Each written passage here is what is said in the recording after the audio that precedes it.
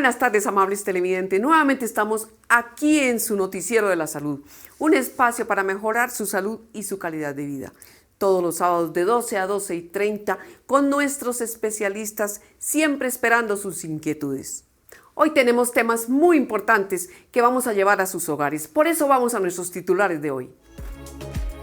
Cuidado con el rebrote del COVID-19. Este es un tema muy serio. El miedo afecta a la salud. Aprenda a vencerlo. Conozca el síndrome de quilomicronemia familiar. Es una enfermedad hereditaria. La muerte súbita lo puede tomar por sorpresa. Todo esto y mucho más en su noticiero de salud.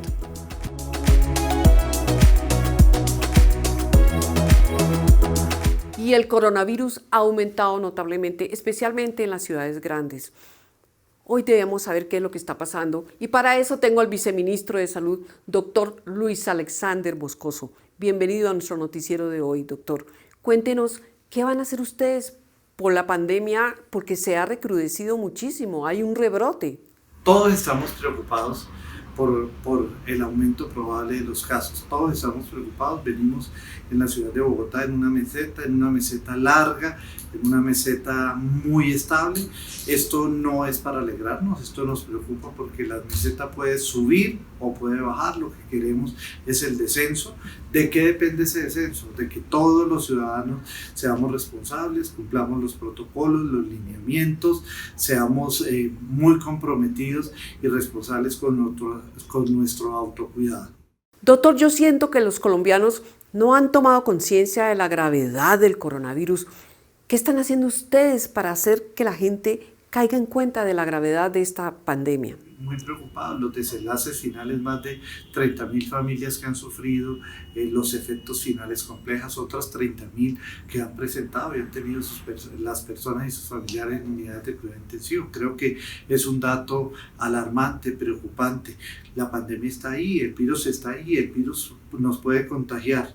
Entonces, venimos trabajando fuertemente. La estrategia más importante es la formación de los ciudadanos. Solo si los ciudadanos estamos formados, sabemos del coronavirus, sabemos cómo evitar contagiarnos, vamos a disminuir la posibilidad. Venimos trabajando con las entidades territoriales, juntas de acción comunales, organizaciones religiosas y de culto, las asociaciones científicas, los grupos de profesionales, con todos los sectores, trabajando fuertemente en formar los ciudadanos, pero también en fortalecer todo lo que es la capacidad diagnóstica y la capacidad de seguimiento y atención. Tenemos una herramienta, la estrategia PRAS, que para Bogotá se llama DAR, en el cual hacemos seguimientos a las cadenas de contacto.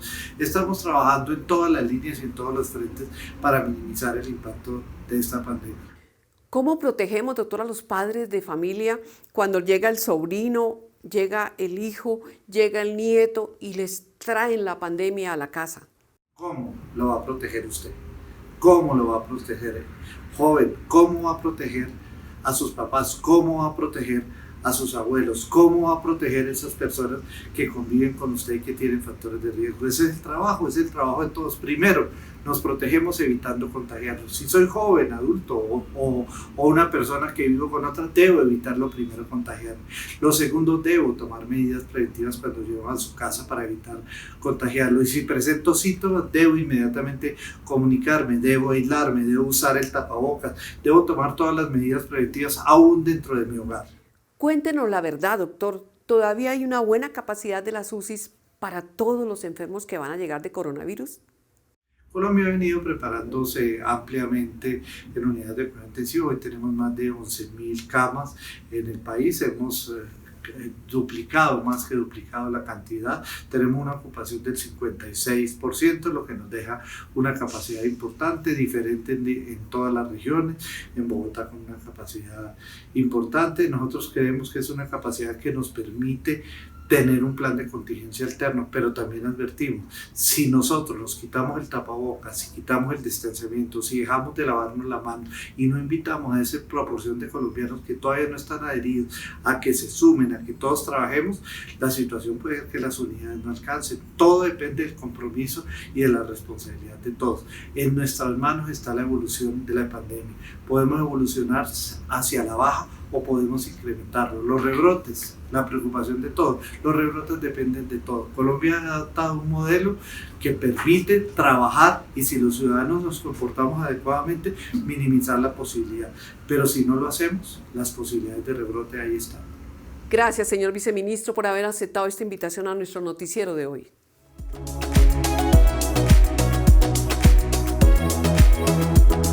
Muchas veces hemos escuchado de personas que van caminando y caen de repente o no amanecen porque de pronto quedaron en su cama. Pues esta es la muerte súbita. Y para hablar de este tema tenemos al doctor Gabriel Robledo Kaiser, médico cardiólogo, director del Centro Cardiológico de Bogotá y además nuestro director científico. Bienvenido, doctor Robledo, a nuestro noticiero de hoy. Buenos días, Marta. Doctor Robledo, ¿qué es esto de la muerte súbita? Se habla muchísimo, pero a veces no sabemos, no tenemos una explicación. La muerte súbita es una forma inesperada de fallecimiento en una persona previamente sana que se produce al máximo una hora después de presentar este síntoma. La muerte súbita realmente se produce cuando hay una pérdida súbita de conocimiento, la persona no respira, la persona no tiene pulso y lógicamente la persona no tiene ningún signo vital. ¿Qué es lo que produce la muerte súbita, doctor Robledo? ¿Cuáles son las causas de esto?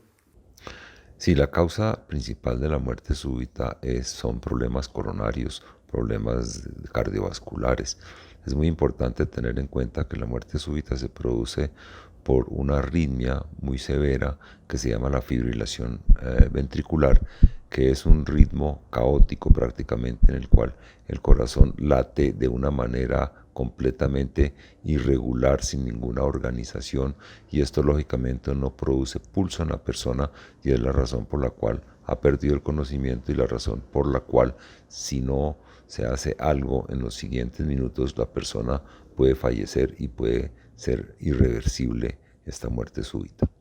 Doctor, ¿y este accidente cardiovascular tiene algún tratamiento? ¿Se podría prevenir? El tratamiento de la muerte súbita realmente es la reanimación cardiovascular. Es muy importante iniciar cuanto antes esta reanimación cardiovascular. Muchas personas no saben qué hacer, muchas personas empiezan a despejar a la gente para que pueda respirar la persona, pero realmente lo primero que hay que hacer es hacer masaje cardíaco y respiración boca a boca. Es interesante saber que por cada minuto que se pierda en iniciar la reanimación, hay una posibilidad del 10% menos de sobrevida. O sea, una persona que no reciba atención en los primeros 10 minutos está realmente muerta y después ya es muy poco lo que se puede hacer. Doctor Robledo, explíquenos bien cómo es esto de la reanimación, cómo se hace. Hay aparatos para hacer esta reanimación y existe hoy en día los equipos de desfibrilación externa automática. Estos son equipos que en otros países es de muy amplio uso. Aquí en Colombia pues ya se ven en el aeropuerto, se ven en sitios donde hay mucha aglomeración de gente. ¿Por qué? Porque es algo que lo puede usar cualquier persona con muy poco entrenamiento. Estos aparatos, uno al momento de abrir el equipo tiene unos parches, estos parches se colocan sobre el tórax y el equipo le va explicando a la persona, así no sea médica, paso a paso lo que tiene que hacer. O sea, primero se coloca el parche, luego la gente se retira que está ahí y posteriormente el aparato detecta qué tipo de ritmo tiene. Si tiene un ritmo caótico, por ejemplo, la fibrilación ventricular, el aparato dice que va a disparar una descarga, todo el mundo se tiene que retirar y el aparato lo hace solo, sin ayuda. Entonces realmente es algo muy útil y que se debería tener en muchos sitios para poder salvar mucha gente, en colegios, en estadios, en sitios donde hay mucha aglomeración de gente, aeropuertos, etcétera. O sea, sitios donde hay posibilidad de que exista una muerte súbita y lógicamente se puede tratar con este tipo de aparatos. Doctor, pues después de escuchar todo esto que usted nos ha contado, ¿por qué no nos da unos consejos? Porque esto es preocupante. Sí, lo que es importante saber es que el buen control de los factores de riesgo, la vida saludable, el ejercicio, el no fumar, todo esto ayuda a que la persona evite la enfermedad cardiovascular y sabemos que esta es la primera causa de muerte prácticamente en todo el mundo. Entonces, si nosotros podemos manejar esto y que todas las personas tengan un buen estilo de vida, pues lógicamente la muerte súbita pues cada día puede ser menor. Gracias, doctor, por estar en nuestro noticiero de hoy.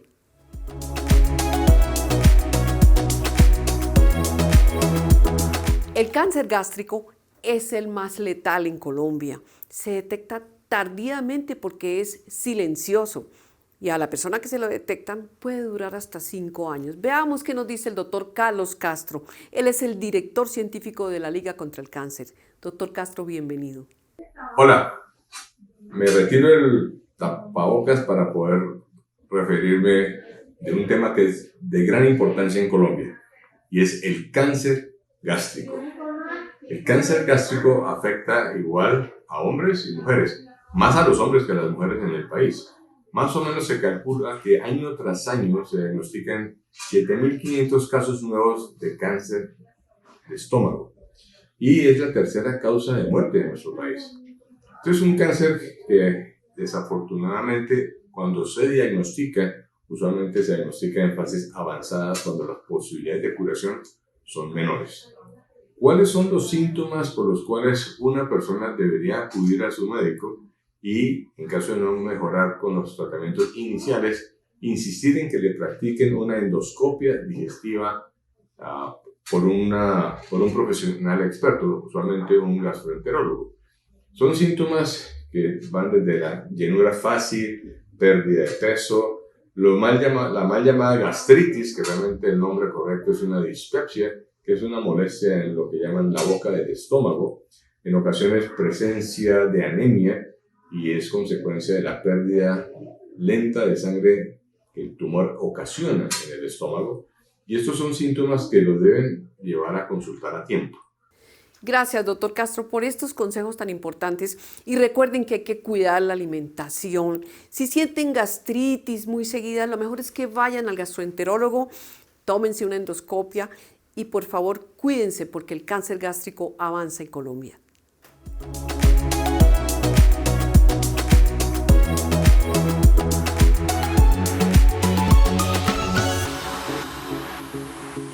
Y continuando con mis informes especiales sobre las enfermedades hereditarias, porque son 2.000 en Colombia, hoy voy a hablar de la quilomicronemia. Casi no puedo pronunciar esta enfermedad que afecta especialmente el páncreas y es hereditaria. Para esto he invitado al doctor Jorge Castillo, quien nos va a explicar, él es médico internista y endocrinólogo. Nos va a explicar de qué estamos hablando. Bienvenido, doctor, a nuestro programa. Cuéntenos, ¿qué es esta enfermedad? Gracias por la invitación al Noticiero de la Salud para hablar de este tema que es la quilomicronemia familiar.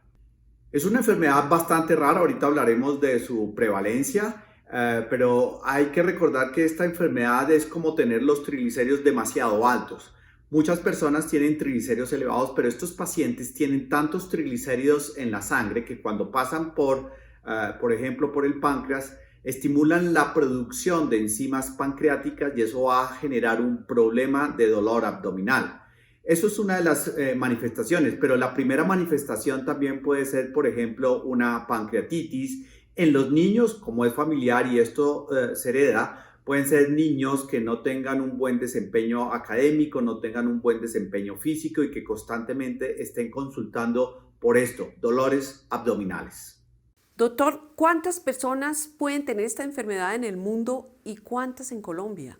Se calcula que es una enfermedad súper huérfana. Estamos hablando de una persona por cada 1.000.000 de habitantes. De tal manera que si Colombia cuenta con alrededor de 45 millones, nosotros podemos tener 45 personas sufriendo de la quilomicronemia familiar.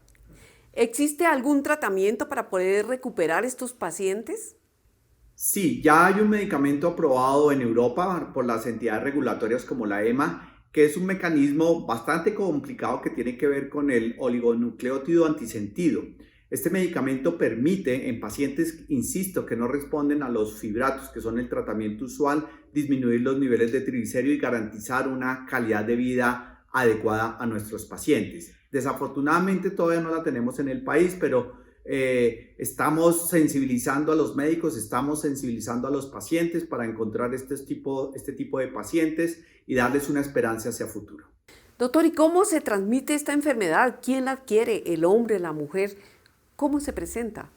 Sí, esto es una enfermedad hereditaria, pero es una enfermedad que se hereda de manera recesiva. Esto quiere decir que no necesariamente mi papá o mi mamá tienen que tener también triglicéridos elevados. El problema aquí es que mi papá, mi mamá, si coinciden con la misma alteración genética y se la heredan a uno de sus hijos, él sí la puede padecer sin que necesariamente papá y mamá la tengan.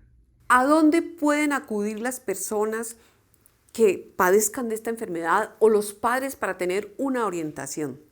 Yo creo que aquí lo más importante es sensibilizar a los médicos y sensibilizar a todo nuestro público en la medida que si alguno de ustedes tiene triglicéridos muy elevados y nunca su médico ha podido normalizar los triglicéridos, pues decirle que sí, es una enfermedad bastante rara que se llama la quilomicronemia familiar y yo pienso que este médico debe remitir su paciente idealmente a un endocrino. Gracias, doctor, por haber estado en nuestro programa de hoy.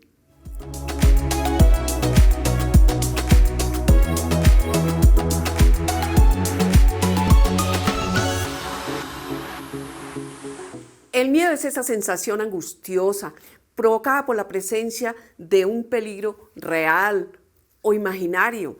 Para tratar este tema tengo aquí nuevamente al doctor Rodrigo Córdoba. Bienvenido, doctor Córdoba, a nuestro noticiero de la salud. Marta, un gusto como siempre y a tus televidentes un saludo especial del Noticiero de la Salud. Doctor, en esta época de pandemia he escuchado muchísimas personas que tienen miedo a salir, miedo al contagio, miedo, y lógicamente todos sentimos miedo en algún momento, pero ya cuando esto pasa un límite, ¿cómo se manifiesta esto? Marta, el miedo es un sentimiento propio de la humanidad, es uno de los 5 sentimientos básicos, así como la alegría, así como la tristeza, así como la rabia, el miedo hace parte de ellos. Y existe como una sensación de amenaza, algo de que pone en entredicho las personas. Y quizás miedo a contagiarse, miedo a que haya desenlaces fuertes sobre su salud, miedo al contagio de sus familiares, y por eso es una sensación que podemos decir que ha sido común para todos, y aquí tenemos que hablar en primera persona. Tú y yo hemos tenido miedo como todos los que nos están oyendo. ¿Qué es lo que pasa en el organismo cuando uno ya no quiere ni salir, cuando ya pasa ese límite del miedo normal? Pueden suceder 2 situaciones, que el escalón siguiente es lo que nosotros llamamos como el pánico, que es el ataque de pánico o los desórdenes de pánico, que ya hay una sensación donde pierde el psiquismo la capacidad de manejar, es decir, hay un temor a perder el control, un temor a enloquecer, un temor a que va a morir de una manera, la sensación es peyorativa, es inminente. Y esto trae repercusiones en el cuerpo, generalmente sensación de ahogo, taquicardia, dolor, opresión en el pecho, sudoración en las manos, sensación de que se duermen las piernas o los brazos. Pero también en algunas personas el miedo genera una sensación de fatiga, de adinamia, que lo paraliza y como que le impide hacer las cosas cotidianas. ¿Qué hacer en ese momento, doctor, cuando aparecen esas sudoraciones, todo lo que usted dice? ¿Qué podemos hacer? Creo que aquí hay 2 situaciones de tener presente. Una es que esa sensación de angustia, de ansiedad, muchas veces se puede manejar con pautas de conducta, con procesos comportamentales. Es decir, tenerlo en el sentido de que haga ejercicios de inspiración, expiración, relajación, caminar, a veces ejercicios de la conducta mental, contar hasta 10, contar el alfabeto hacia atrás. Pero a veces esto no es suficiente, entonces hay que buscar ayuda, como hemos recomendado tantas veces en el noticiero. Doctor, ¿y para esto existe medicamentos o cómo sería un tratamiento para no sentir tanto miedo? En algunas ocasiones es suficiente con procesos de comportamiento, procesos psicoterapéuticos, es decir, a partir de experiencias emocionales correctivas funcionen de manera adecuada. Pero si esto se hace persistente, está durante la mayor parte del día, duradero, cruza una franja de tiempo y disfuncional, es decir, que las personas no pueden hacer sus tareas cotidianas por esto, muchas veces usamos medicamentos, usamos ansiolíticos o usamos antidepresivos de acuerdo al origen del cuadro clínico que es el que está generando esto. Hoy en día los medicamentos son eficaces, obviamente, pero seguros y sencillos de usar. Bueno, doctor, gracias por estar en nuestro noticiero y lo espero la próxima semana. Como siempre, un gusto estar en el noticiero de la salud. Saludos a tus televidentes.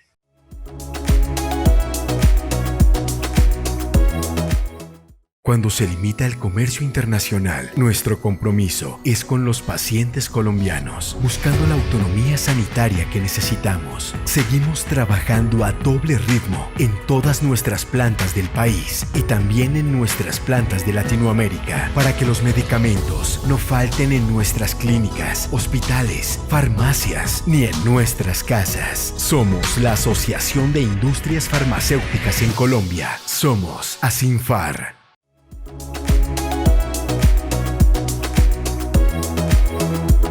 Hoy con el doctor Juan Carlos Mendoza, él es nuestro ginecólogo de planta aquí en el Noticiero de la Salud. Queremos hablar del aborto recurrente, doctor, porque me he encontrado con que las personas que tienen, las mujeres que tienen un embarazo, del 1 al 3% de estas mujeres lo pierden y vuelven a tenerlo y vuelven y lo pierden. Doctor, ¿qué es lo que está pasando? Y bienvenido a nuestro Noticiero de la Salud. Buenas tardes, Marta, ¿cómo estás? Muy bien, mira, la idea es que sí, las mujeres se embarazan y a veces hay ocasiones en que el embarazo se puede perder, pero no es común que esa pérdida repita una y otra vez. Entonces, se ha sabido que después de que la mujer tiene más de 2 o 3 pérdidas, pues amerita totalmente investigar por qué los está perdiendo. Y a esto es lo que se le ha denominado aborto a repetición, aborto recurrente o aborto habitual. Las mujeres que pierden embarazos persistentemente de forma espontánea ameritan averiguar por qué los pierden, tratando de corregir la causa y que esta situación no se vuelva a presentar, puesto que es bastante frustrante, es bastante traumático el perder un bebé tempranamente, y eventualmente pues hay formas de investigarlo, hay diferentes causas que se pueden buscar intentando corregir la razón por la cual se están perdiendo estos embarazos. Doctor, ¿esas causas se pueden investigar, digamos, desde el primer embarazo, desde cuando ya pierde el primer bebé?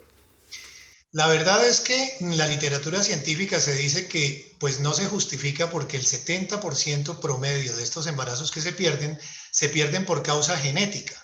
Es decir, el embrioncito o el embarazo se da, pero su calidad no es buena y la naturaleza misma se encarga de bloquear su crecimiento y que se pierda. Sin embargo, en muchas mujeres esta primera situación también es frustrante y muchas veces ellas mismas preguntan por qué esperar al segundo o al tercero y no investigar desde el primero. La razón es porque el alto porcentaje de pérdidas del primer embarazo generalmente se relaciona con problemas genéticos y es raro que repita una pérdida. Pero si esta pérdida vuelve a presentarse segunda, tercera vez, pues necesariamente hay que buscar las causas. Estas causas incluyen problemas anatómicos, problemas hormonales, problemas inmunológicos, a veces también problemas genéticos y otra serie de razones por las cuales se pueden perder los embarazos, lo cual hace necesario investigarlo, corregirlo en la intención que no se vuelvan a perder. Doctor, pero digámosle a los televidentes, ¿qué tratamiento puede hacer en ese momento? ¿Qué puede hacer el ginecólogo en ese momento?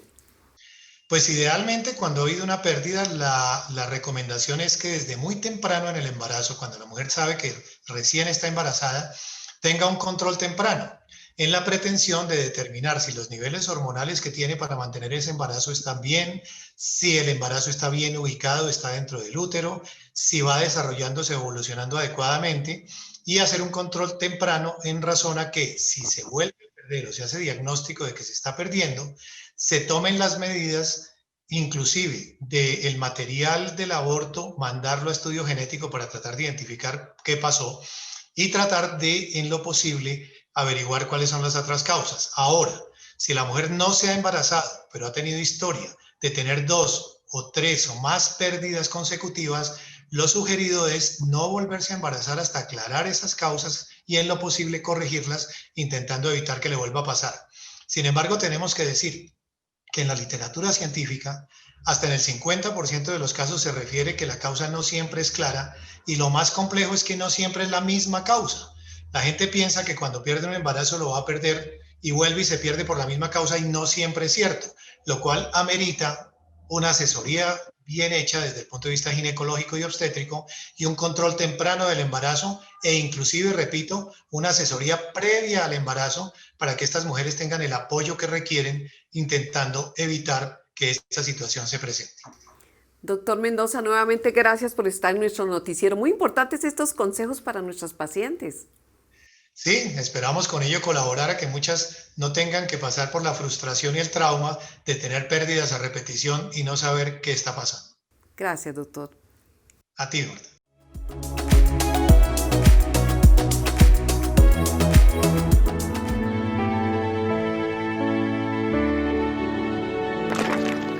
Entonces, doctor, nos escribe Liliana Aranguren de Barranquilla. Ella dice que su hijo se levanta muy asustado, de pronto habla cosas incoherentes, de pronto se siente otra persona. ¿Qué puede estar pasándole al hijo? Bueno, siempre tenemos que pensar en la edad.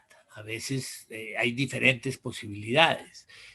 Sin lugar a dudas, muchas veces cuadros ansiosos generan disociaciones, pérdidas del contacto con la realidad. Y hay otro cuadro clínico que nos hace necesario descartar, que son de los trastornos mentales conocidos, que son los cuadros esquizofrénicos, que tiene que haber 6 meses de cambio del funcionamiento previo, es decir, esta persona se aisló y dejó de funcionar como era, tiene presencia de síntomas, por lo menos durante un mes, alucinaciones, ideas extrañas, a veces se agita y obviamente ha abandonado su mundo social. Entonces es importante que esta persona, doña Liliana, busque un psiquiatra, un médico psiquiatra para que la valore y oriente claramente su diagnóstico y para implementar un tratamiento. Listo, doctor, gracias por su respuesta. Con mucho gusto, Martín.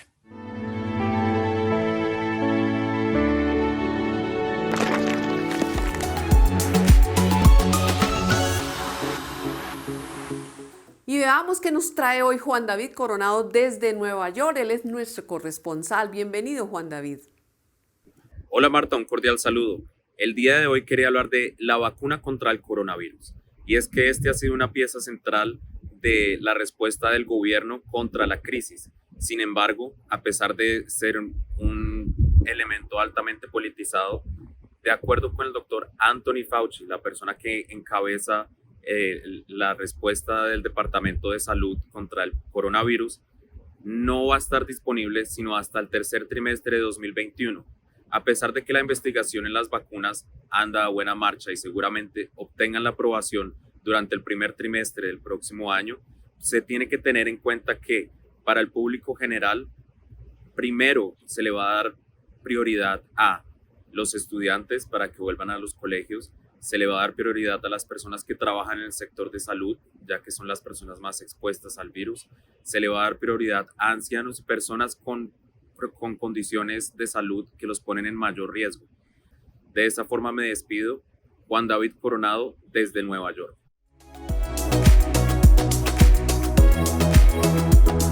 Y veamos cómo van nuestras redes sociales. Tenemos nuevamente a Germán Burgos. Recuerden que estas redes sociales es para que se comuniquen con nosotros, nos escriban, nos digan qué temas quieren que tratemos en nuestro noticiero de la salud. Llegó el momento de revisar las redes sociales de Notisalud Colombia, el noticiero de la salud de todos los colombianos. Recuerden que estamos en Facebook, en Instagram, en Twitter y en YouTube como Notisalud Colombia. La pregunta para esta semana, ¿cada cuánto va usted a un chequeo médico? Leeremos algunos comentarios de nuestros televidentes. Susana Alzate nos dice que va cada 6 meses al médico. Por su parte, Farley Sandoval nos dice que va 1 vez al año.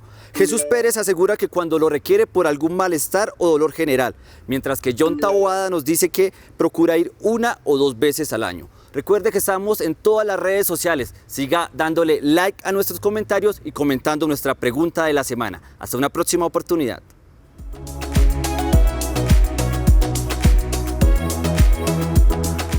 Esto es todo por hoy, amables televidentes. Nos vemos la próxima semana. Escríbanos a nuestro correo noticiero-de-la-salud-colombia@gmail.com, que estamos para responder todas sus inquietudes. Aquí todos los sábados estaremos de 12 a 12:30. Y recuerde que es mejor prevenir que curar. Hasta entonces.